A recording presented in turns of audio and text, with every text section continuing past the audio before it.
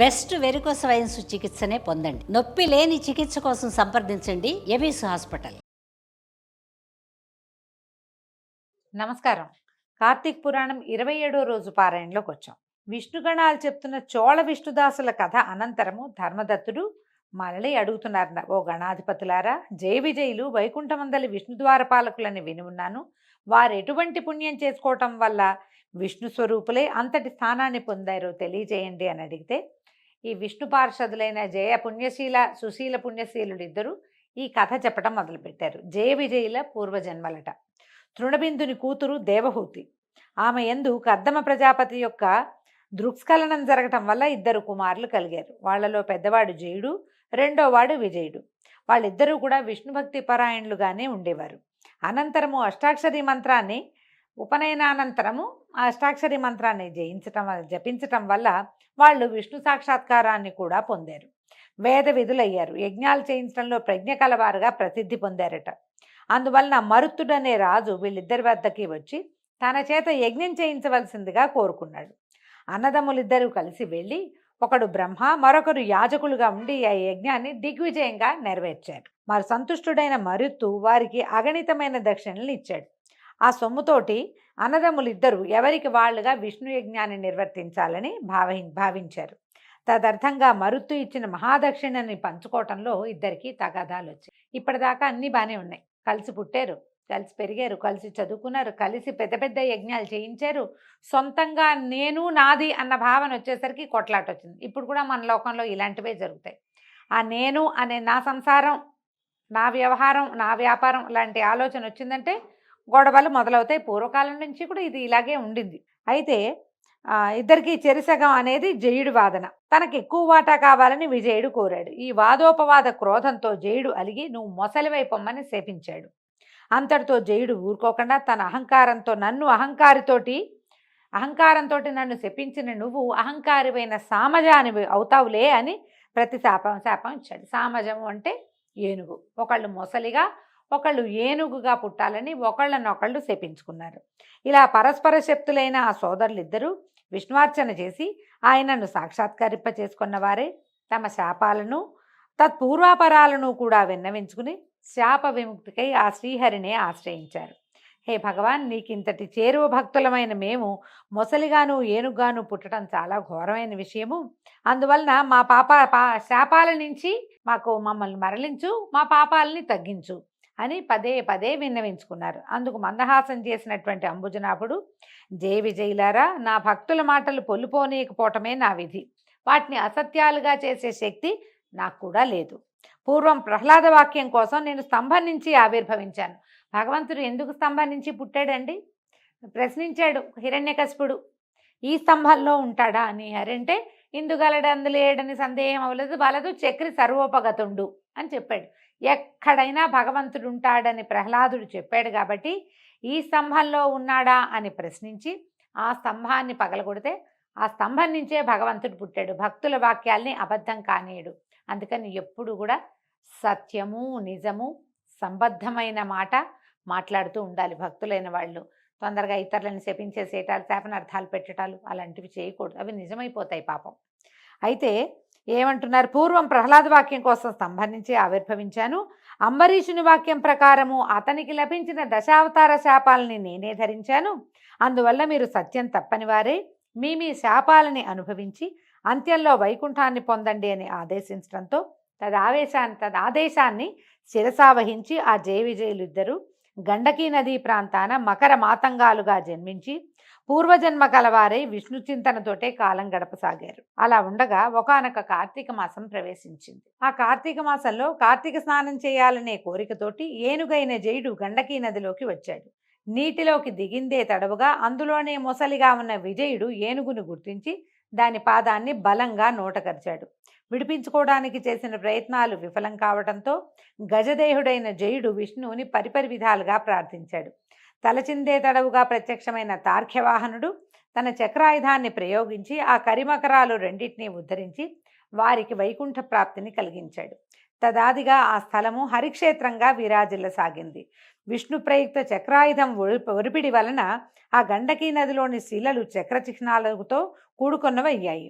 ఓ ధర్మదత్త, నీచే అడుగబడిన వారైన విష్ణుద్వార పాలకులు జయ విజయులు వారిద్దరే.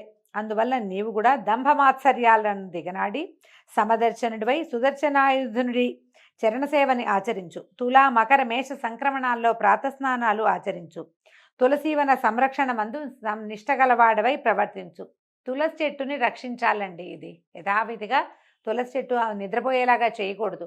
ఒకవేళ ఆమె నిద్రపోతోందని అనిపిస్తే గనక, నిద్రపోయేలాగా ఉంది అనిపిస్తే ఇంకొక చెట్టుని తెచ్చి నాటుకోవాలి. తులసి సంరక్షణ చాలా మంచిది, విష్ణు ప్రీతికరం అని చెప్తారు. అయితే ఇంకా చెప్తున్నారు, గో బ్రాహ్మణులందు విష్ణు భక్తులందు సర్వదా భక్తితో సేవించు.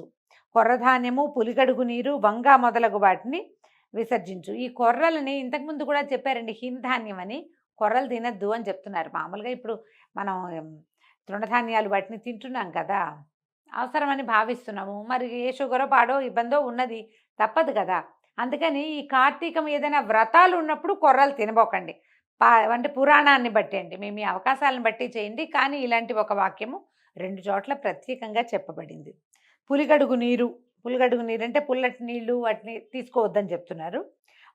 వంకాయలు కూడా విసర్జించాలట.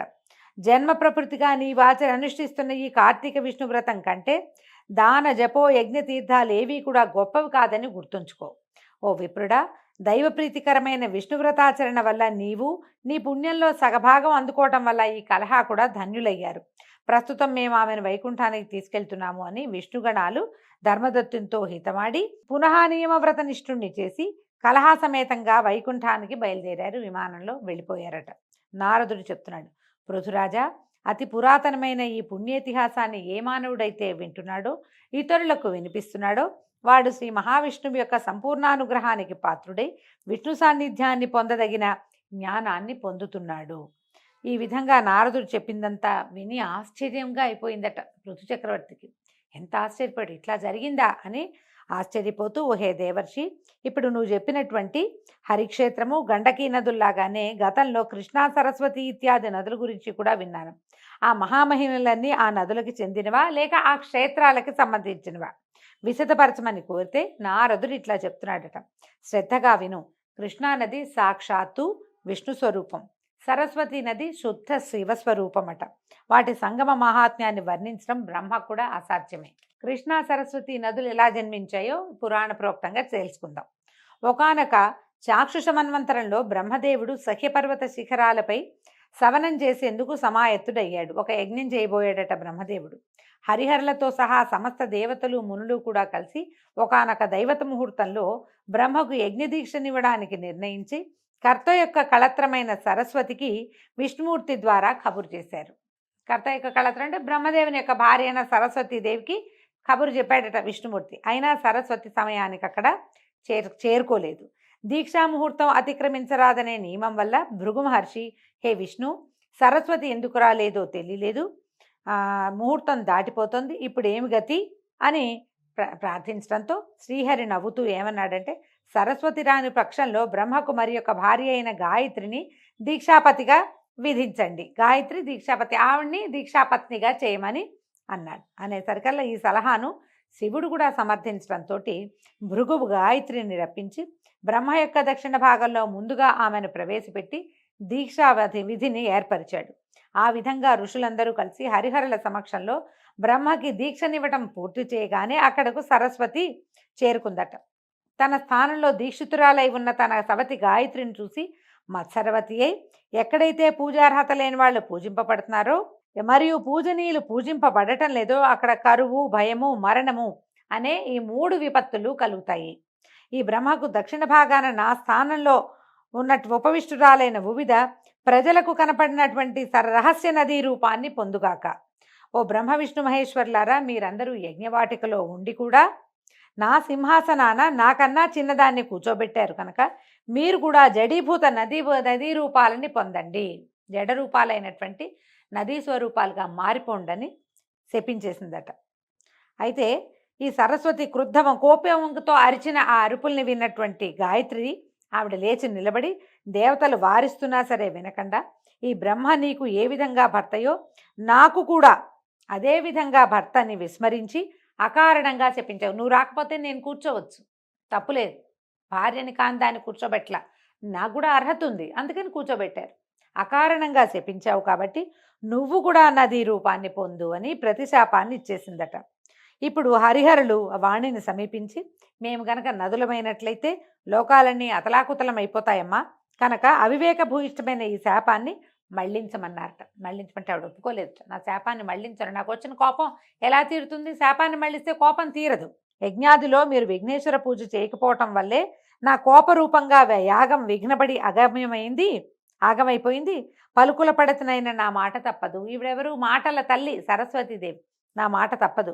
మీరందరూ నదీ రూపాలని ధరించి మీ అంశలు జడత్వాన్ని వహించవలసిందే. ఇప్పుడు అంశలు జడత్వాన్ని వహిస్తే ఎట్లాగండి?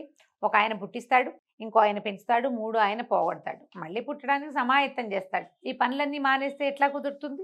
సవతులమైన నేను గాయత్రి కూడా నదులమై పశ్చిమాభిముఖంగా ప్రవహించబోతున్నాము అని చెప్పింది. ఆమె మాటలు వింటూనే దేవతాంశలు, సకల దేవతాంశలు జడాలుగాను రూపాలు నదులుగాను పరిణమించాయి. ఆ సమయంలో విష్ణుమూర్తి కృష్ణానదిగాను, మిగిలిన వారు ఇతరేతర నదీ రూపాలుగాను మారిపోయారు.